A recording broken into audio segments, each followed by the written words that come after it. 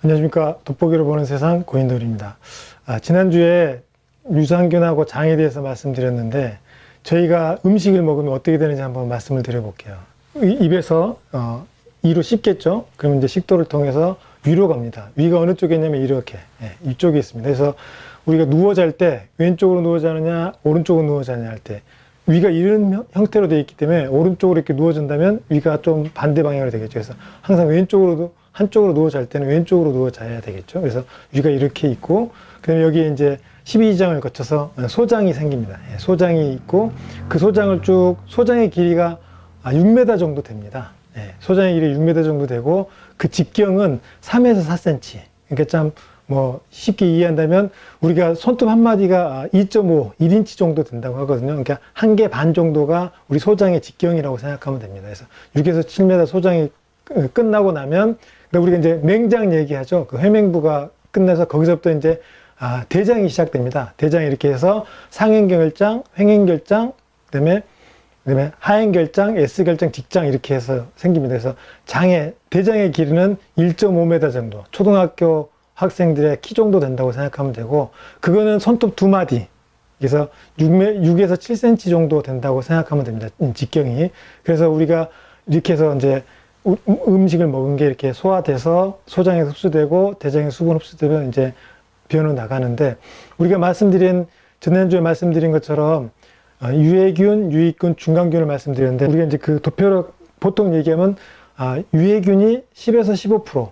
저 같은 경우는 가족끼리 다 같이 식사를 해서 만약에 집에 가서 식당에 가서 고기를 먹는다고 치면 저는 유해균이 좀 더 많은 것 같습니다. 그래서 같이 식사를 했지만 고기를 먹으면 그때 말씀드린 것처럼 고기에는 단백질은 질소가 있다고 그랬죠. 그래서 그게 정확하게 부패가 되면 냄새가 되게 지독합니다. 그래서 같이 식사를 했지만 저희 집에서 방귀를 뀌면 저만 지독합니다. 그 얘기는 유해균이 10에서 15%인데 저는 15%에 가깝고 저희 식구들은 10%에 가깝기 때문에 방귀를 뀌어도 냄새가 좀 덜 나겠죠. 그리고 이제 중간균이 60% 정도 되고 유익균이 나머지 30%에서 25% 정도 됩니다. 그래서 도표로 말씀드리면 이 정도의 비율을 갖고 있고요. 그 다음에 이제 두 번째 말씀드릴 것처럼 유익균은 어떤 역할을 하느냐, 이제 또 여기 보시면 유익균은 유산균하고 비피더스균 여러 가지 균이 있는데 소화흡수 향상을 시켜주고 면역력을 높여주고 비타민 합성해 줍니다. 왜냐하면 이 균들이 있어야 이제 이런 역할을 하기 때문에 우리 비타민 K 말씀드릴 수도 있고 비타민 D도 유산균이 있어야 됩니다. 그리고 중간균은 그때 말씀드린 것처럼 유해균이 많으면 유해균 역할을 하고 유익균이 많으면 유익균 역할을 하는 게 중간균입니다. 중간균이 우리 말씀드린 60% 정도 가장 많이 있는 거고요. 근데 유해균은 우리 몸에서 나쁜 역할을 하지만 이 또한 필요합니다. 장내의 부패를 촉진하고 발암물질에서 악취를 내지만 우리 몸에는 항상 이 유해균도 필요합니다. 그때 말씀드린 것처럼 그래서 유익균, 유해균, 중간균의 균총을 맞춰야 우리가 건강하게 살 수 있다 말씀드렸고, 이 유해균도 밖에서부터 우리 몸으로 안 좋은 세균이 들어왔을 때 그걸 같이 그 유해균하고 유익균이 둘이 같이 가서 공격해서 우리 몸의 건강을 유지시켜준다 이 말씀을 드렸고, 그리고 이제 마지막으로 제가 말씀드린 것처럼 그럼 유산균을 우리 장 상태가 어떤가를 알 수 있을 때 그때 이제 대변 보면 잠깐 알 수 있다고 그러는데 그것도 한번 말씀드려 보면 이 그림에서 보듯이 바나나 형태가 약간 무른 형태, 우리 이제 일반적으로 변을 생각할 때 이게 우리 표시하지 않습니까? 그래서 이 모양이 약간 무른 형태의 변을 이렇게 우리가 보통 표현을 하고, 그 다음에 이제 건강할 때 바로미터를 어떻게 얘기하냐면 바나나 사이즈의 크기를 얼마 정도 되냐면 우리 팔 사이즈 생각하면 됩니다. 이 정도를 끊기지 않고 본다면 건강하다.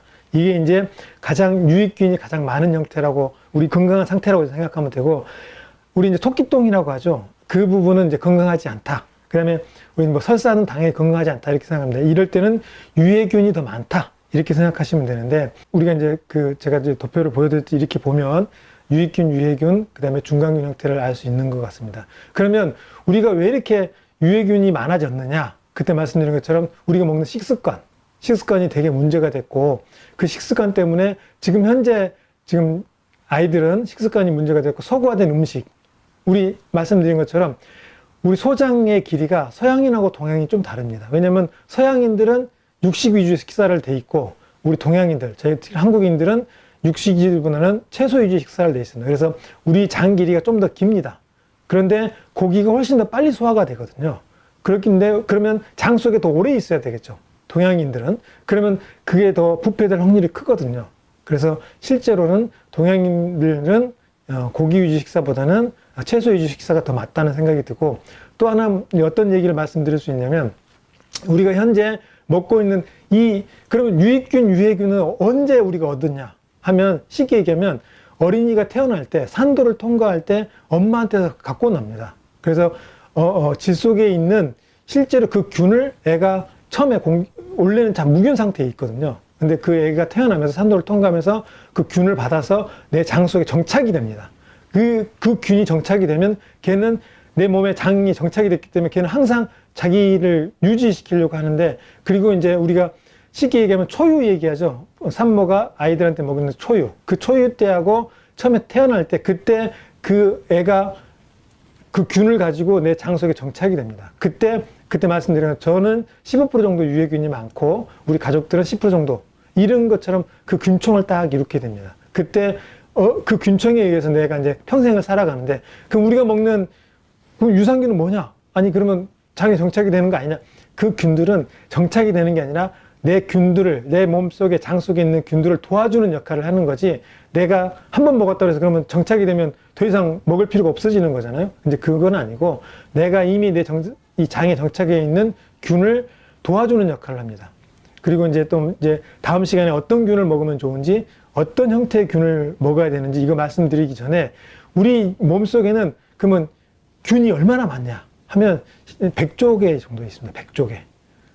100조 개 엄청나죠. 우리가 100조는 뭐 하여튼 상상이 안 될 정도인데, 그럼 우리가 먹는 유산균은 그래서 몇 마리 정도 먹는 게 좋은 거고, 또한 우리가 지금 쉽게 얘기하면 시중에서 유산균 먹을 때 몇 마리, 마리수로 얘기하는 게 과연 맞느냐, 이것도 한번 말씀드릴 수 있을 것 같습니다. 그래서 정말 우리 몸속에 있는 균은 아까 말씀드린 것처럼 이미 내가 태어나고 나서 내 몸에 정착이 된 거를 어떻게 도와주는 역할을 하는 거지, 그래서 유해균보다는 유익균을 많이 먹는 거하고, 또 그들의 먹이, 식이섬유를 많이 먹는 걸 추천해 드리고, 다음 시간에는 어떤 균을 먹고 어떤 형태의 그 조합이 되어 있는 균을 먹어야 되고, 그래야 마이크로바이옴이 내 건강을 유지시켜 주는지 말씀드리도록 하겠습니다. 그럼 다음 시간에 뵙도록 하겠습니다.